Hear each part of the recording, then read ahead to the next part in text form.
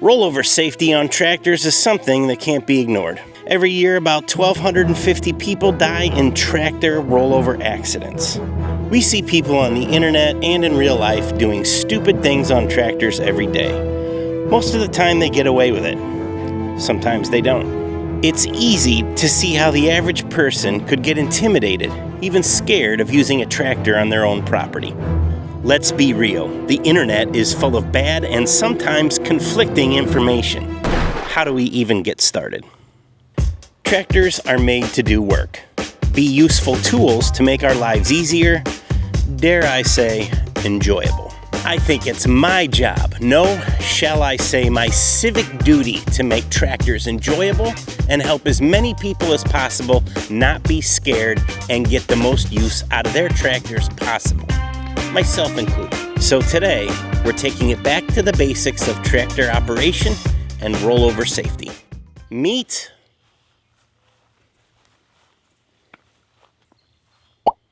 well, it doesn't have a name because it's a tractor. I'm going to spend the next few days of my tractor doing tractor things. I'll also put some footage of projects past, and we're going to talk about how those can be made safer. Hopefully because I'm doing them that way, but don't hold your breath. Let's get a better grip on the gravity of tractor rollovers and what we can do to minimize the threat. Let's make tractors great again. So I get blasted by YouTube pretty much every time I make a tractor video. Please, God, don't hurt the children. It usually centers around my rollover bar.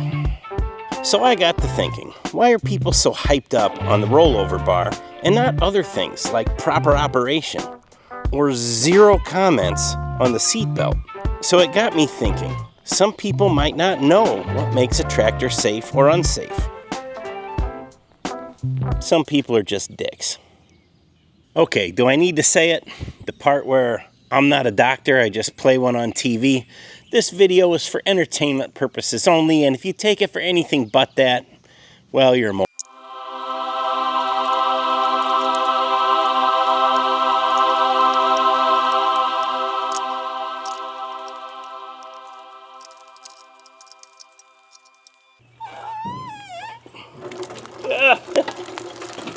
Oh.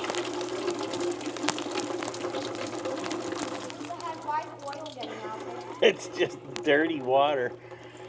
Oh. Yeah. Abort mission. Yeah, that might be a little dirty. Why did you do that? I don't know. I don't know. ROPS stands for Rollover Protective Structure. A rollover protective structure, ROPS, on a tractor serves to protect the operator during a rollover or overturn.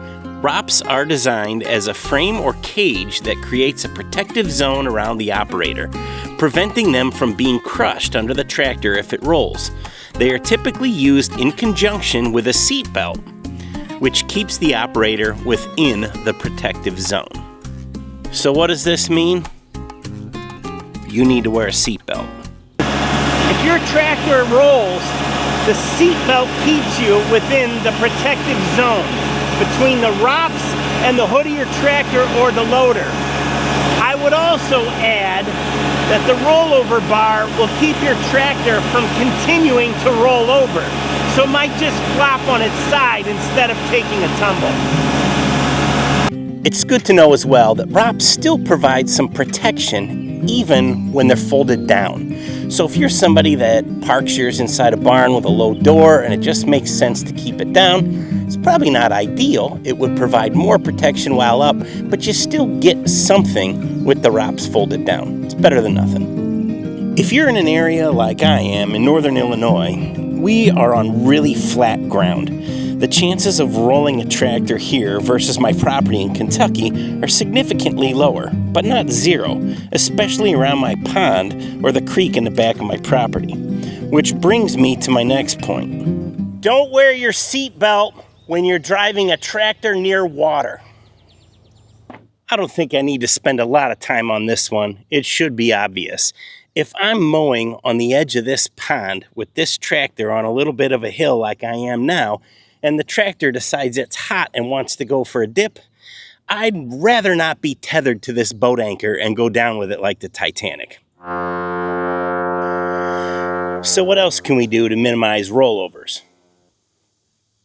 Ballast.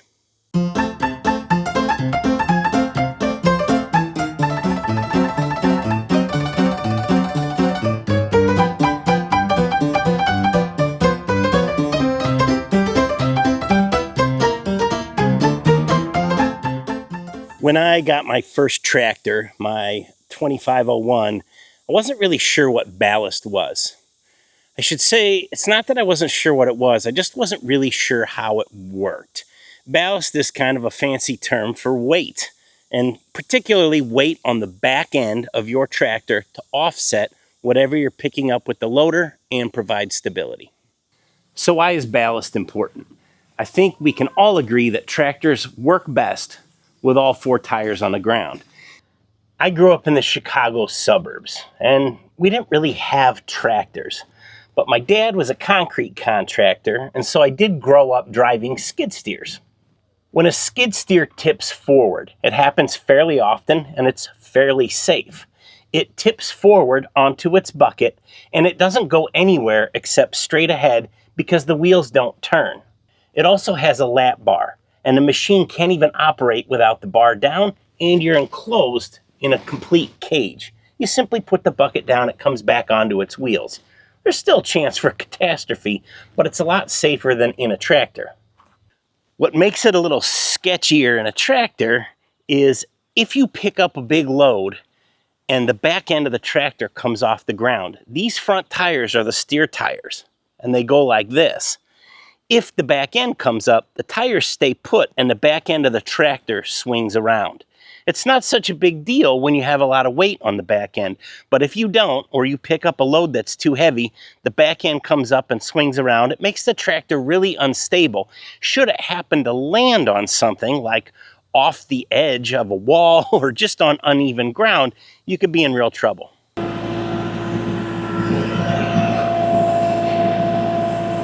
If the back wheels lift up when you pick up a heavy load and your tractor's not in four-wheel drive, it will also break traction and you won't go anywhere.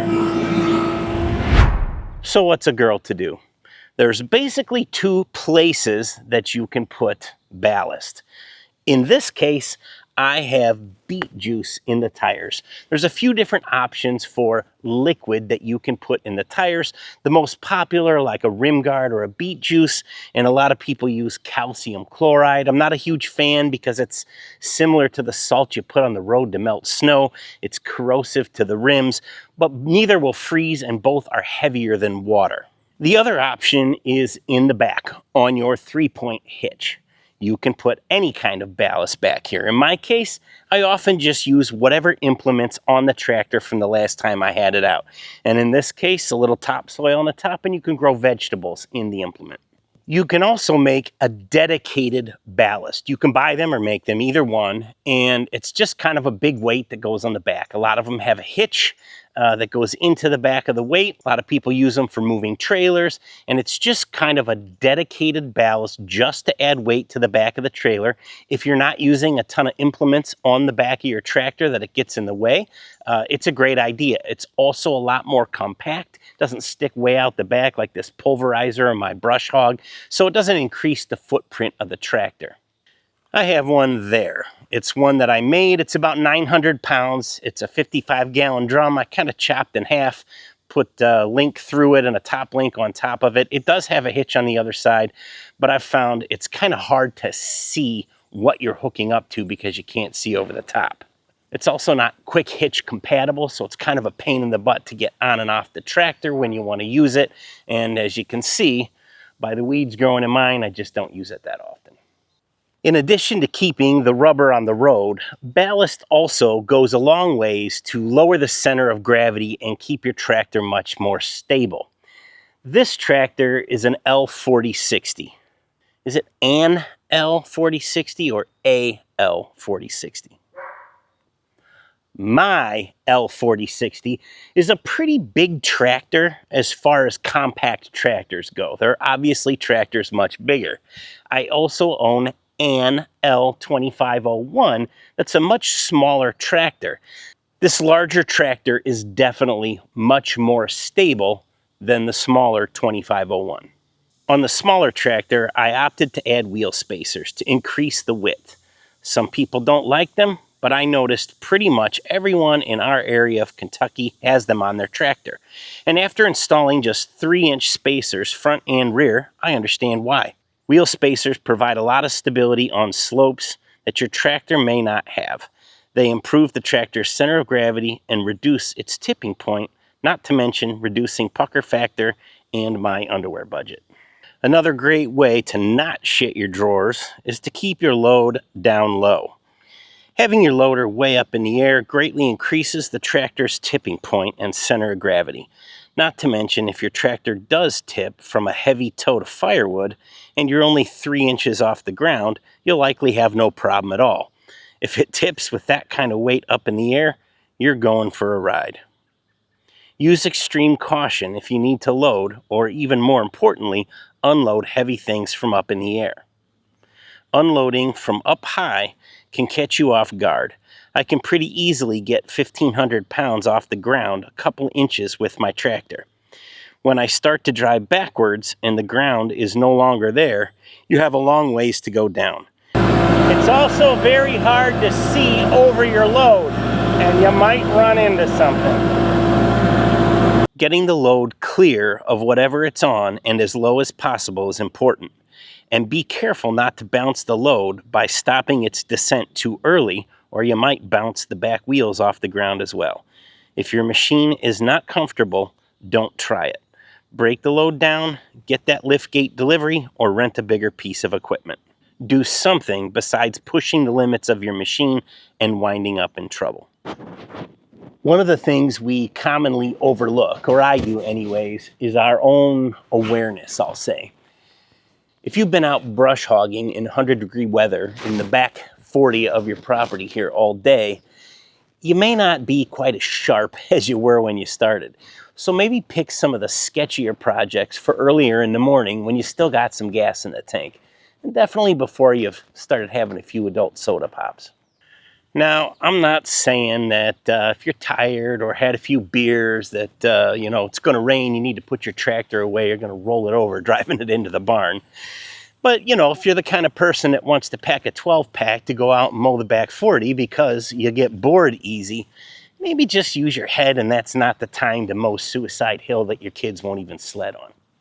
Now, there's a million other ways to be safe on your tractor. And I'd like to say leave your suggestions in the comments, but I don't need to, because I know you will. Tractor deaths from rollover account for over 1,200 deaths a year, and that's terrible. It's also, in most cases, preventable. Heart attacks kill over 18 million people a year. Think about that. That's more than 14,000 times as many people die from heart attacks as die from tractor accidents. So maybe, instead of sitting on the couch and blasting some random YouTuber about his rollover protection setup, you should put down the beer and potato chips and go for a walk.